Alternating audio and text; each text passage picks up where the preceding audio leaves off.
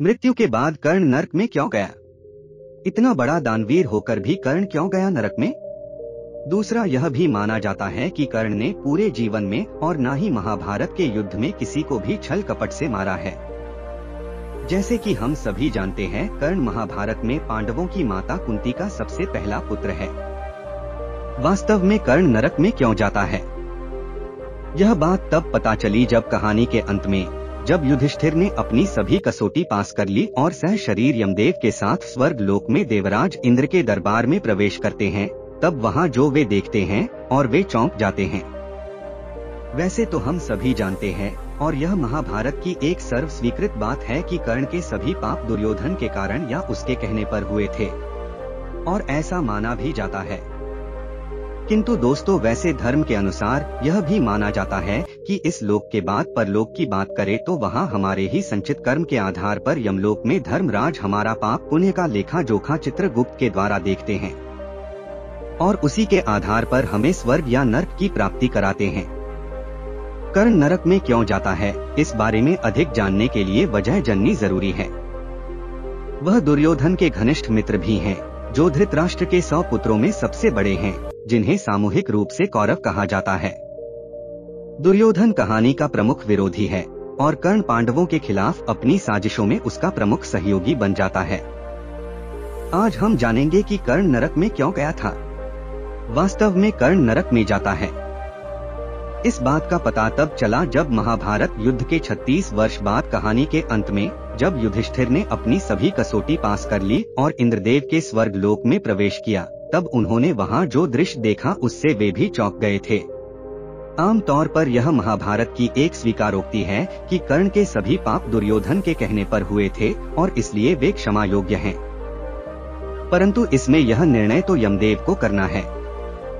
कर्ण नरक में क्यों जाता है, चलिए इस बारे में अधिक जानने के लिए जानते हैं। यमराज के समक्ष इसकी जांच पड़ताल कैसे हुई होगी।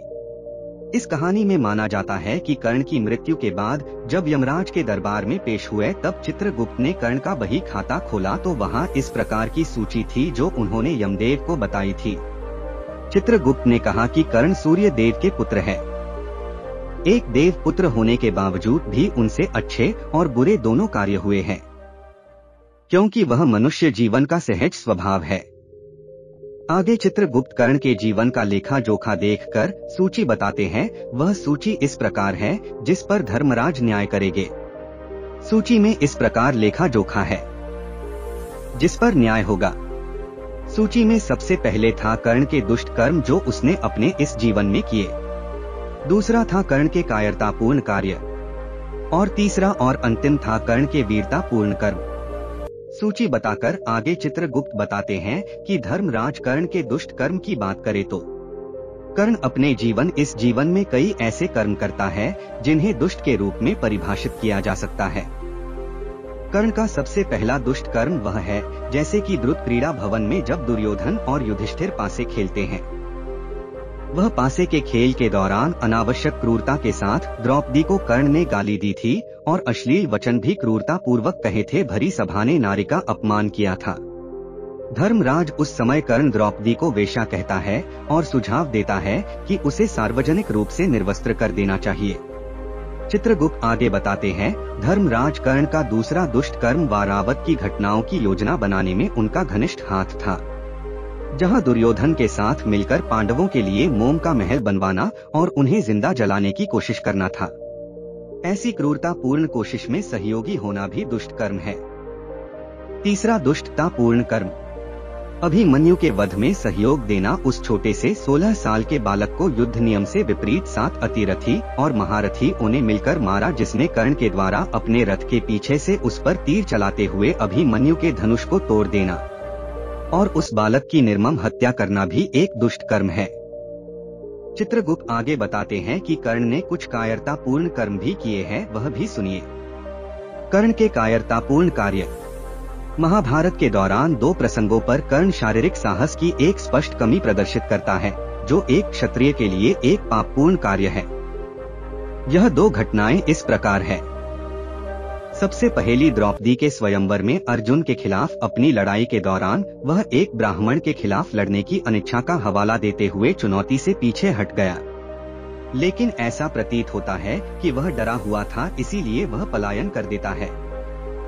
दूसरी घटना पांडवों के निर्वासन के दौरान जब दुर्योधन को गंधर्वों द्वारा पकड़ लिया जाता है, तब माना जाता है कि कर्ण युद्ध के मैदान से भाग गया था और अपने मित्र को पांडवों द्वारा बचाए जाने के लिए छोड़ दिया था।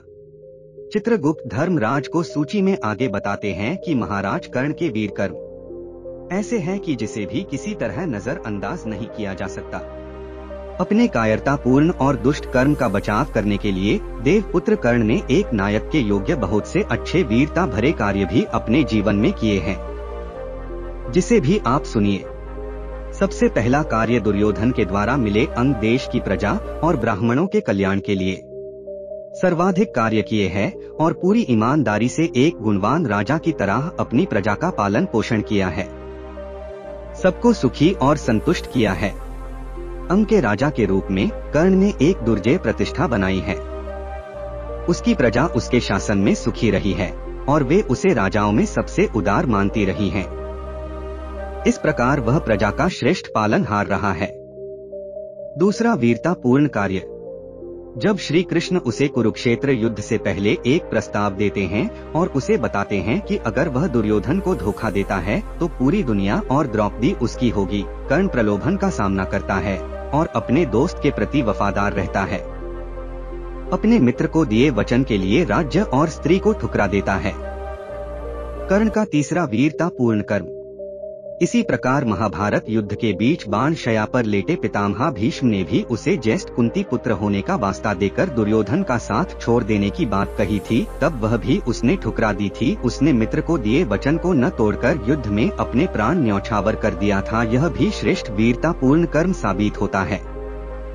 कर्ण का चौथा वीरता पूर्ण कर्म, महाभारत के युद्ध से पहले जब कुंती ने उन्हें उनके जन्म के पीछे की सच्चाई के बारे में बताया तो कर्ण ने उन्हें माफ नहीं किया।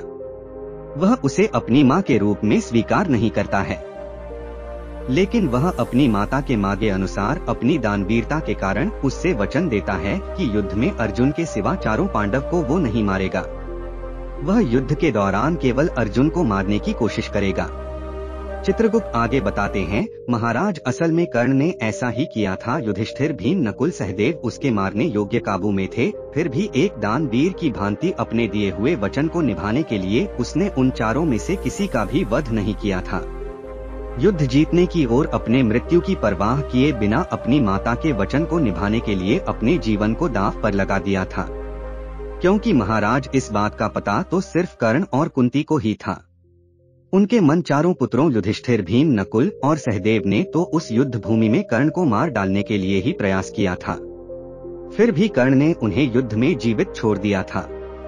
कर्ण का पांचवा वीरता पूर्ण कर्म है कि उसने विश्व विजय की यात्रा करके दुर्योधन को सम्राट बनाया था। यह बात उस समय की है जब पांडवों का अज्ञातवास शुरू होने से ठीक पहले कर्ण दुर्योधन की ओर से विश्व विजय अभियान पर जाता है। वह अपने मार्ग में सभी राज्यों को अपने अधीन कर लेता है। वह दुर्योधन को सम्राट बनाता है। यह भी सराहनीय वीरता पूर्ण कर्म है। कर्ण का छठा वीर कर्म, महाभारत युद्ध के समय जब इंद्रदेव एक ब्राह्मण के भेष में आता है और कर्ण से उसके कवच और कुंडल मांगता है, तो कर्ण यह जानते हुए भी कि यह उसके खिलाफ अर्जुन की रक्षा करने के लिए इंद्रदेव ब्राह्मण बनकर आए हैं, फिर भी अपनी दान के नियम की वीरता के कारण वह उन्हें कवच कुंडल दान में दे दिए थे। यह भी कर्ण की वीरता का सर्वोच्च उदाहरण है। चित्रगुप्त से धर्मराज कर्ण के विषय में सब कुछ बातें जानकर अपना श्रेष्ठ न्याय करते हैं और कर्ण को उसके कर्मों के उचित उसको जिस लोक की प्राप्ति होनी थी वह यमराज ने करवाई थी। कर्ण को क्या मिला होगा, स्वर्ग मिला होगा या नरक? आप भी सोच रहे होंगे क्या हुआ होगा, यमराज ने क्या फैसला दिया होगा। दोस्तों, क्या आप बता सकते हैं कर्ण को स्वर्ग मिला होगा या नरक? यदि स्वर्ग मिला होगा तो क्यों, और यदि नरक मिला होगा तो क्यों? आप यदि इस बात का कारण सही जानते हैं तो वीडियो को अभी ही होल्ड करके हमें कमेंट बॉक्स में जरूर बताइए। अगर आपकी बात सही निकली तो हम और सभी दर्शक आपको मान जाएंगे। हालांकि कर्ण को स्वर्ग मिला या नरक, इस बात का पता तब चला जब महाभारत युद्ध के 36 वर्ष बाद, जब युधिष्ठिर अपने नश्वर शरीर के साथ स्वर्ग को सफलतापूर्वक प्राप्त करते हैं और वहां उन्हें कर्ण सूर्य के समान देदीप्यमान दिखते हैं, वहां देवराज इंद्र के स्वर्ग लोक में वे मौजूद होता है। इसका मतलब यह है कि कर्ण के अच्छे कर्मों को उसके बुरे कामों से तौलने के बाद धर्मराज ने फैसला किया होगा कि वह स्वर्ग में रहने के योग्य है। इस बीच दुर्योधन को नरक में भेज दिया जाता है। इस बात से मालूम होता है कि यमदेव सभी अच्छे बुरे कर्मों पर विचार करने के बाद इस निष्कर्ष पर पहुँचे होंगे कि कर्ण द्वारा किए गए सभी दुष्ट कर्म मुख्य रूप से दुर्योधन की जिम्मेदारी थी। किंतु इस बात का ज्ञान युधिष्ठिर को नहीं था, इसीलिए वे उनके साथ खड़े हुए यमराज से हाथ जोड़कर युधिष्ठिर पूछते हैं कि धर्मदेव ऐसा क्यों कर्ण स्वर्ग में है? हालांकि उसने तो अधर्म का साथ दिया था और मेरे अन्य 4 भाई जो हम सभी धर्म की ओर से लड़े थे वह यहाँ क्यों नहीं दिखते, वह कहाँ है? तब धर्मराज युधिष्ठिर को इस सभी बातों के कारण और अपने न्याय के बारे में विस्तार से बताते हैं। सुना तो था कर्ण को नर्क मिला, फिर यहाँ स्वर्ग में क्यों? शायद आपको यह भी विचार होता होगा। तो सुनिए, यमराज ने अपने अंतिम फैसले में किन किन कारणों पर गौर किया था। उस फैसले में लिखा गया था, कर्ण को स्वर्ग भेजे जाने के कुछ अन्य कारण स्वयं बताते हैं कि वह स्वर्ग का अधिकारी हो जाता है। सबसे पहला कारण, कर्ण के गलत कर्म हालांकि दिखाई देते हैं, लेकिन अच्छे और उदार कर्मों से वे प्रभावित होते हैं जो वह अंग के राजा के रूप में करते हैं। इसलिए उनके अधर्म को साथ देने के बावजूद उनका बही खाता अभी भी श्वेत रहा है। दूसरा अहम कारण यह है कि कर्ण एक देवपुत्र है, सूर्य के पुत्र है।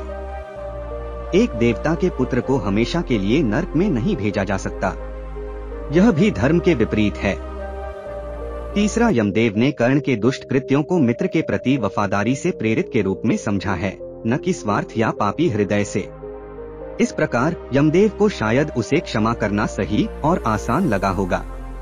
चौथा कारण, जब महाभारत युद्ध समाप्त होता है तब तक पांडवों को कर्ण की असली पहचान का पता चल जाता है और तब सभी पांडवों उसके नाम पर विभिन्न आत्मा शुद्धिकरण संस्कार करते हैं। शायद यह तथ्य कि उसे उसके शत्रुओं द्वारा क्षमा कर दिया गया था उसकी गलतियों के भार को कम करता है। अब आप समझ तो गए होंगे कि कर्ण को स्वर्ग मिला होगा। हालांकि कर्ण को उसकी मृत्यु के बाद सीधे स्वर्ग नहीं भेजा जाता है। हालांकि ईश्वर ने बनाए नीति के सिद्धांत के अनुसार कर्ण को भी प्रायश्चित की अवधि दी गई थी। अपने कर्मों का प्रायश्चित करने के लिए उसे पहले थोड़े समय के लिए नरक में ले जाया जाता है, उसके बाद स्वर्ग ले जाया गया था।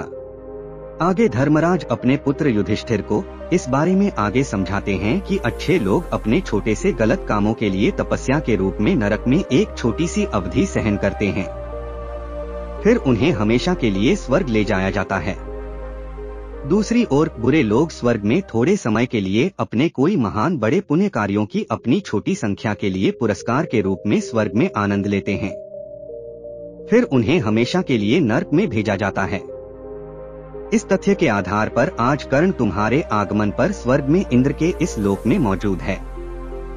दोस्तों, इस बात से हम इतना तो अनुमान लगा सकते हैं कि कर्ण यमराज के अनुसार अच्छे लोगों में से एक है। इस कहानी से अब हम यह भी जान गए हैं कि उनकी मृत्यु के बाद कर्ण को सबसे पहले नरक में ले जाया गया, जब तक कि उसके जीवन के सभी पाप धुल नहीं गए। इनमें उसका द्रौपदी के प्रति गलत व्यवहार और अभिमन्यु का वध शामिल है। उसके बाद उसे स्वर्ग में ले जाया जाता है, जहां वह अनंत काल तक निवास करेगा, अपने सभी पुण्य कर्मों का फल भोगेगा। दोस्तों, शायद आपको आश्चर्य होता होगा कि स्वर्ग में कर्ण और युधिष्ठिर या पांडवों के बीच पुनर्मिलन कैसा रहा होगा। पृथ्वी पर उनकी शत्रुता कितनी कड़वी थी, क्या उनके लिए एक दूसरे के साथ मेल मिलाप करना कैसा रहा होगा। आपके मन में हो रहे इस सवाल का जवाब हम आपको किसी और वीडियो में जरूर बताएंगे। ऐसी रोचक तथ्य भरी बातें जानने के लिए हमारी चैनल को सब्सक्राइब कीजिए। धन्यवाद।